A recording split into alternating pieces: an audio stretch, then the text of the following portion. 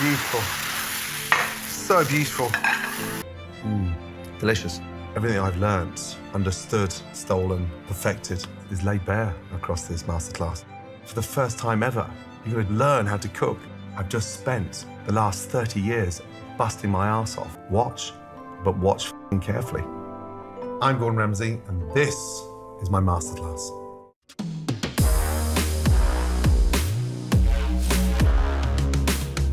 Welcome to the Drytron Masterclass. I am your host, LoganJYA, also known as the Drykage, and today we've got several examples of gameplay that are going to be very informative to prospective Drytron duelists such as yourself. So without further ado, let's dive right on into it. Don't forget to like, comment, subscribe. Let's get it. Alright folks, class is in session, and the first game we are going to witness is a match against the Kashtiras, and you might be surprised to see the outcome of all of these particular games. So without further ado, let's dive into things and get it started. Now, I do win the die roll, but you're going to be surprised with the outcome of game 1 here. Our opening hand is absolutely insane. 4-name hand access. Now, he does accidentally reveal the Ash, which is interesting to see. So I kind of use that as a means of trying to bait him with the Nova. Doesn't end up working out. Go for the Alpha, pitching off the Zeta on field, and he does hit us with the Ash. There. The correct place to Ash, 100%. If you're playing against Drytron, and you're one of our opposition, Ashing Alpha is the correct place to do it.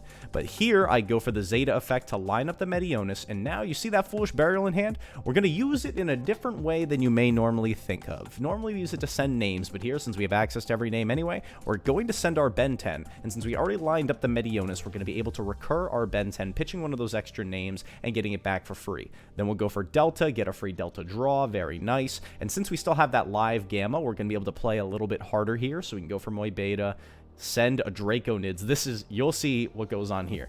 Like I do end up getting a little greedy, but the reason for that being is because the opponent gave us the keep going indication. Mind you, if it wasn't for that, we would be playing a lot more conservative.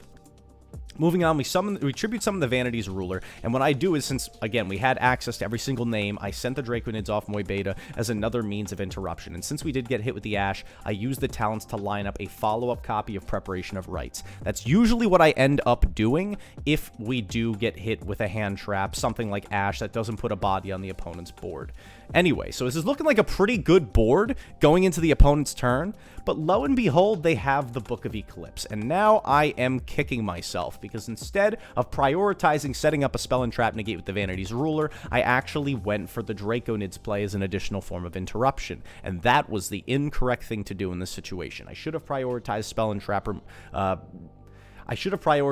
Trap Negation instead of putting up a big board, because what did I do? I left myself open to one of the biggest counter plays in the entire meta right now. But my mistake is your lesson. Let's see how it actually plays out. Book of Eclipse books my entire board, and he's going to proceed with his Kashtira plays, lining up the field spell, getting his Search for Unicorn, and things are going to kind of be standard here. He actually has a very strong opening, because he has the field spell, as well as a hard-drawn copy of the Birth. So that's going to get him out the Fenrir, search the Arise Heart. He's going to be able to go through the entirety of his combo right now, kind of picking apart my board piece by piece, as well as my main deck with the banishes. So he's locking out zones, he's lining things up with the Shangri-Era. He uses the Crossout Designator here in an interesting way to banish the Tier Cache as a means of getting it into rotation to summon back off of Birth. Something I haven't seen before, so it was new to me.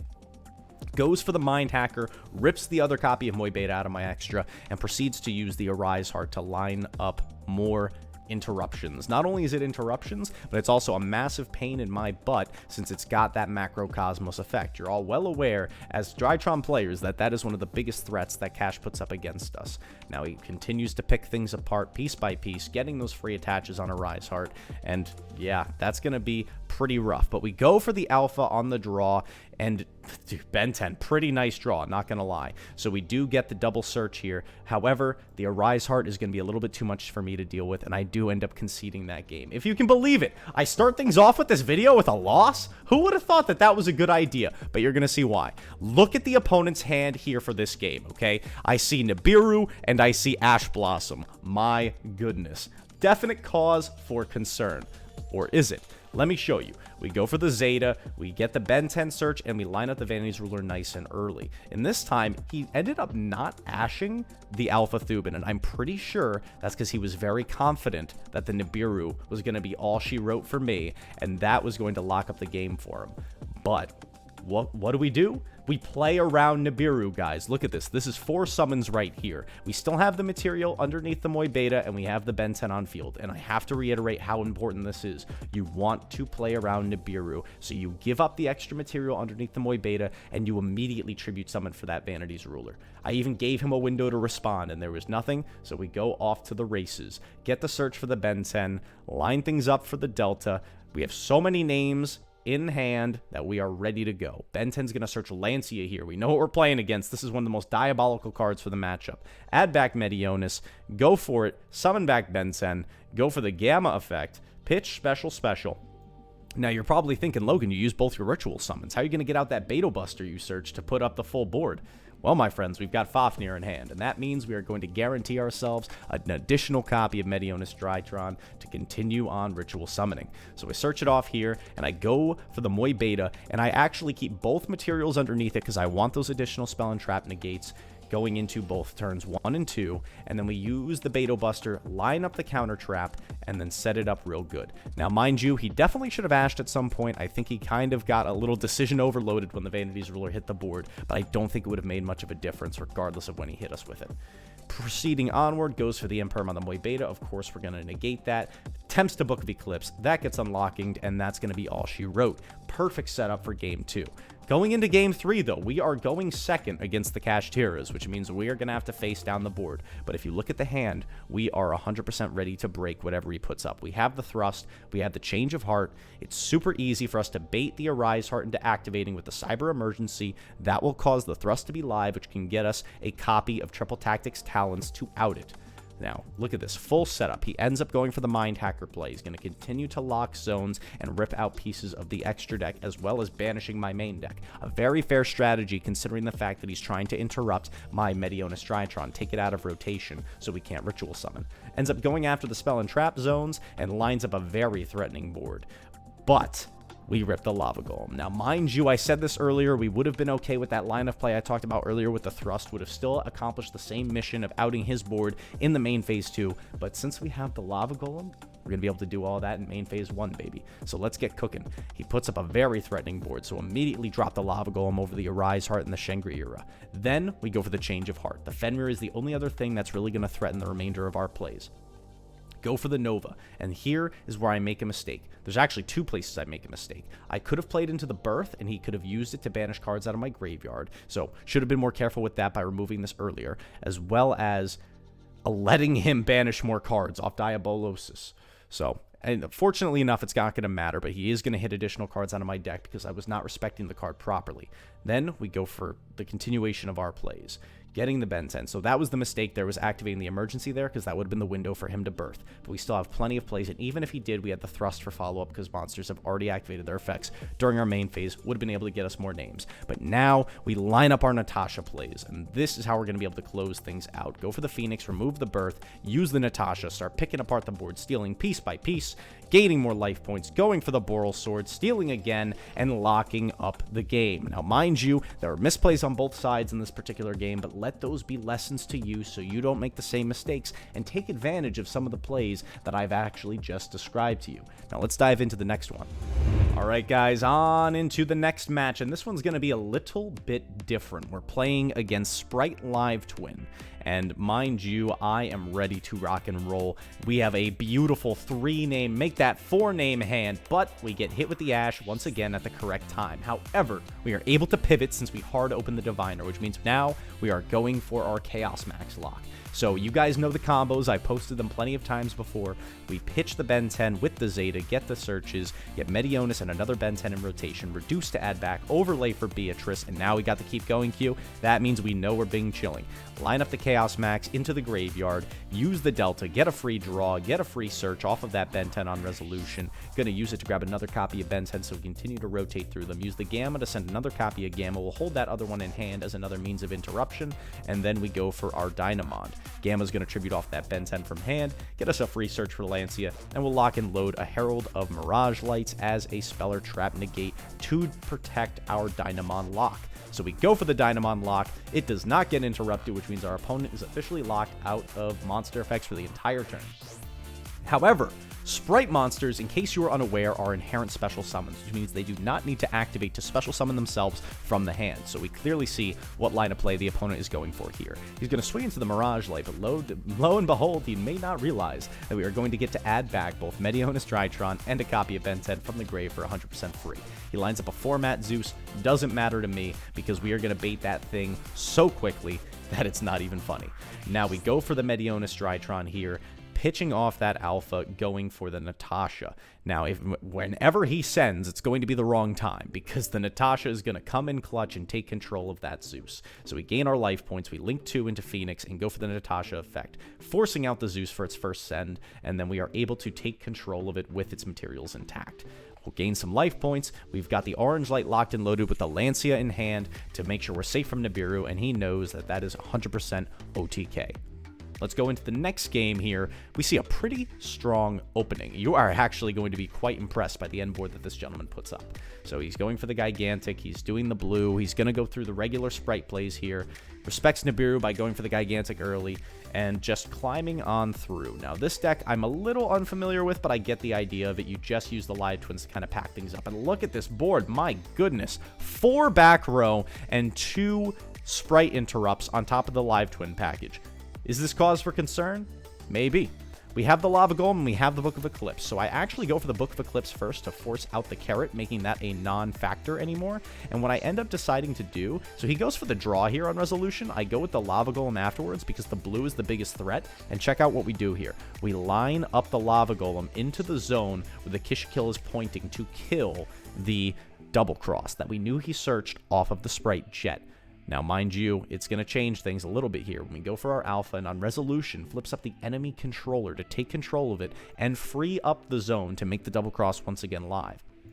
So I'm going to use Zeta's effect, pitch off Ben 10, get Meteonis, use Ben 10 to search Orange Light as a defensive mechanism. Go into the Anima, steal back the Alpha, forces out an Imperm. That's a win in my book. Go for the Gamma. Now we're kind of running low on gas here, so we got to really make it count. Search off the Natasha. Overlay for Moibait, or excuse me, overlay for Fuko. So knowing that we're a little low on gas here, I go for the Fuko, knowing that we can line up a relatively safe Zeus play. And there's defense position monsters to swing into, all the better. Now the Fool doesn't know what Fuko does and does attempt to double cross it, so I kind of laugh to myself as he does this. But when we go into main phase 2 to attempt to make the Zeus line, hits us with the D barrier, locking us out of Exceeds, unfortunately. I'm surprised they didn't go for it earlier to try and lock us out of Rituals, but in this situation, it ended up being the correct call. So they go for the Trouble Sunny, line up more Spright plays, go for the second copy of Gigantic, and I'm like, okay, I'm going to Orange Light this because I don't want to deal with it. However, maybe I should have held for the Trouble Sunny, because now he's going to get a draw and a pop. Attempts to pop Fuko, hilarious, again, doesn't work. Goes for an additional search, lines up everything all nice and pretty, goes for the Live Twin and ends up passing turn. Doesn't go for removing the Fuko or forcing its effect. Again, I think the opponent was just making some massive misplays. Doesn't realize the fact that going for the D barrier, I have priority in main phase 2 to summon the Downward, so then he does it on resolution to lock me out from actually summoning the Zeus. But calling Exceeds is actually pretty beneficial for me, so I'm going to be able to continue to play here and kind of set up a board around this. Now, he does get the free draw off the Kishikill, but I don't really mind it too much at this point. Instead, we're going to set up a super oppressive board in main phase 2. I use the Natasha because I'm going to be breaking apart his board, and since we haven't normal summoned yet, I established the Vanity's Ruler. That means we can pick these apart without having to worry about him summoning back from the graveyard. Now we use our Natasha to start stealing the cards from his field. This was too funny for me. Ends up going for the Bell on Natasha. You couldn't have gone for a name earlier? Okay, I'm just going to use Natasha again. Let me steal that joint. Thank you very much. So I take the monster, and then I link to, go for the Dynamond, steal again, and then line up more life points and just pass turn. Vanity's Ruler plus Dynamond, I don't think I have much to worry about. There's not a single top deck in the game that can get this gentleman out of it, and that is going to be all she wrote. Let's wrap things up with one final replay, and then I'll show you guys the deck list to close us out. Guys, I really might have saved the best for last, and that's because this is a salty run-back matchup. I mean, not against the opponent, but against the deck. You guys are going to see. So, getting things started, we're going first. Always, always a blessing. And we have a very, very strong hand with no interruptions. You know what that means. We are off to the races. So this is going to be a great demonstration of what the full combo board looks like when we get to go for both Chaos Max as well as Vanity's Ruler. Now, mind you, I wouldn't normally do this. The only reason why I end up going for this line is because we get the keep going queue from the opponent. That means that they have no interruptions, which means we're 100% safe, can line up the most powerful play as possible. So if you know that your opponent has no interruptions, there's no reason not to go for this. But if you do know that they have something, you're going to want to do that Nibiru safe route we talked about earlier. Here we go, overlay from YuGiOh. This is going to look very similar, but I am going to get very, very greedy with it because there's no reason not to. So we go for Meteonis, detach, summon back Ben 10, go for it again, detach, summon back Ben 10, tribute summon 2, over 2 Ben 10s for Vanity's Ruler. That's going to give us 2 searches, baby. Yes, we are cooking. And we're not done yet. Since I said we were going to set up both, I used the Fafnir to grab us the second copy of Meteonis. Then we can go for our Gamma effect. Pitch it off, get some free advantage. Detach both off of it to summon back the Chaos Max, and that's going to line up our Dynamond. Then we line up our Herald of Mirage Light for the Spell and Trap Negate. That means we have got the full trifecta of interruption. No monster effects, no special summoning, and a single negate for a Spell or Trap effect. It doesn't get more oppressive than this, guys. So we line up the Chaos Max, hit him with it, and then that is going to be an insta-scoop. There's not really any deck in the game that could successfully play around that, in my opinion. Except for maybe a Trap deck, if I'm being honest. But this is what I mean, guys. It's the Adignisters. For those of you who are unaware, the reason why this is what I like to call a salty run-back matchup is that a while back, at the finals of the PPG in Washington, D.C., literally made it to the finals of the event, I ended up losing to Adignister. Well, I was playing Drytron. That was the event for which after I coined the term Drykage. But unfortunately, I wasn't able to pull it out then. Will I be able to do so this time? Let's find out. I've got the 1 live copy of Orange Light, and knowing the matchup, I know exactly what I'm going to hit. So he goes for the Dark Templar effect, and I make sure that I'm able to Orange Light this. This is one of the most crippling times to interrupt their board. However, he is going to continue to play through it. Going for the Splash Magician, bringing it back, going into the Heat Soul, which is going to generate him a lot of draws, and he makes it unaffected with that Gachiri's effect in the graveyard. And we know he's got 2 strong trap cards set, Dimensional Barrier as well as another. Now, mind you, we do have that nice little pretty evenly matched. We're going to break that out. He's going to call Ritual, a correct call. And unfortunately, we're not able to play. Not a lot of gas available to us. Just the Delta and the Vanity's Ruler, which means we pass things back to the opponent. He's got a lot of gas to work with. Unfortunately, he's going to be able to line up more extension. I go for the Book of Eclipse to try and cut him off. And it actually works, baby. We cut him off. I didn't see that one coming, did you? So the Book of Eclipse there was important because against Adignister, if they have a monster in their main monster zone, they're not able to take advantage of the Adignister field spell and special summon from hand. Also, he's not able to summon the Link 1 that actually ends up searching it.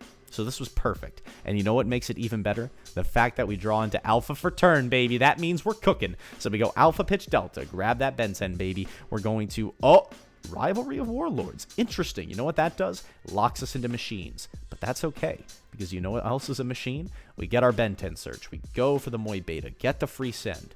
Lining up the Zeta for main phase 2. Because since we're under Rivalry of Warlords, we're going to have to take care of that guy real quick. So I end up going for the Zeus. We have to immediately go for it because it is also a machine. In our typal support, baby. So we go for the Zeus effect, and we end up sending double Rivalry from the opponent's board into the grave.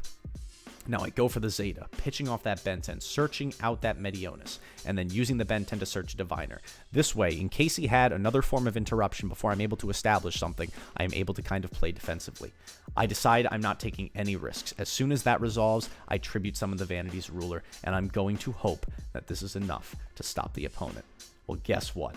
He searches the AI Michio, and it is enough. And they did have the Nibiru. Us playing it safe was the 100% correct play, which absolutely decided this game in favor of us. I have to tell you, I was reading the Nibiru so hard. With that many cards in hand, it would be way too risky to try and extend, summon back Ben 10, yada yada, you get the idea. Had to play it safe. Went for the Vanity's Ruler as soon as possible, and in doing so, we were able to take that game. Guys, a lot of things when it comes to Drytron is playing the mind games with your opponent and really trying to read into what they have. Use your inferences. If you can play it safe, you should play it safe. If you have to bait them, try and bait them. These are things you have to keep in mind if you want to become an expert, or like I like to call it, a Drykage Drytron duelist. Guys, I'm going to show you the list to close us out, and that'll be it. Let's do it. Alright guys, to close us out, I figured I would show you the list that we used in those replays. This is a modification of my YCS Vegas list, made and improved to be even stronger, even more consistent, and correct some issues that I made in my original build. I'm not going to give you the full in-depth deck profile. If you guys want to see that, as well as specific combo tutorials, be sure to smash 100 likes and leave a comment down below letting me know that you want to see that. But I will give you the quick overview here. You can see all the ratios here, and I'm just going to point out the notable changes. I ended up dropping down the thrust to 2 copies. It is a hard once per turn in favor of playing the Draconids. This is one of the cards that I missed the most out of my build in YCS Vegas. There were so many times I find myself saying, gosh, I really wish I had Draconids here. Whether it was to use it as a material for a ritual summon, or I wanted to summon it to clear out a game, or play under a floodgate. There were times, like in those replays, where I was hit with the rivalry, and I was unprepared to deal with it properly. So having Draconids as an option is something that I think is very important for any Drytron build. Outside of that, it's looking like a lot of the same. Definitely want to draw attention to the Magic-y package in the side deck, 100% legendary. I think it's very important that you guys play this. And another important modification was the addition of Nightmare Phoenix over the Nightmare Unicorn. It comes up a lot. Now you might be saying, what's the point of playing the IP then? Well, you can IP tag out into a Dynamond on the opponent's turn, and if you're using the IP with a ritual monster, let's say something like Natasha, then, or maybe even a Chaos Max, you are going to get the effect of Dynamon to shuffle back a card your opponent controls, as well as its ability to summon back a properly summoned ritual from grave. Pretty darn strong. If you guys want to play this list, there'll be a link for it available for download in the description down below. But with that being said, that's all I got for you guys today. Don't forget to smash that like button and subscribe for more Yu-Gi-Oh content. LoganJYA, Drykage, signing off. Have a great day, and I'll see you beautiful people later. Peace. 意志逆走四角い空心の隙間埋め